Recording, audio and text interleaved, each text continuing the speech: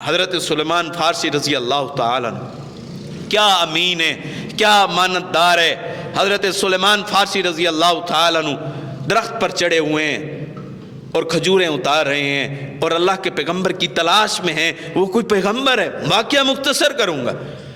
اللہ کے پیغمبر کے بارے میں پوچھیں، آپ اس کے بارے نہ پوچھیں، بلکہ حضرت سلیمان فارسی رضی اللہ تعالیٰ نے تھپڑ کھا کے بھی، تکلیفیں برداشت کر کے بھی اللہ کے پیغمبر کے پاس گئے۔ اللہ کے پیغمبر نے فرمایا یہ وہ سلیمان ہے، اگر دین ثریا ستارے پر بھی پہنچ جائے، دین ختم ہو جائے اور ستاروں پر دین چلا جائے، اور ثریا ستارہ سب سے بڑا ستارہ اور سب سے اونچا ستارہ ہے، فرمانے لگے اگر وہاں پر بھی دین چلا جائے، میرا سلیمان وہ ہے وہاں سے بھی دین کو لے کے آ جائے گا۔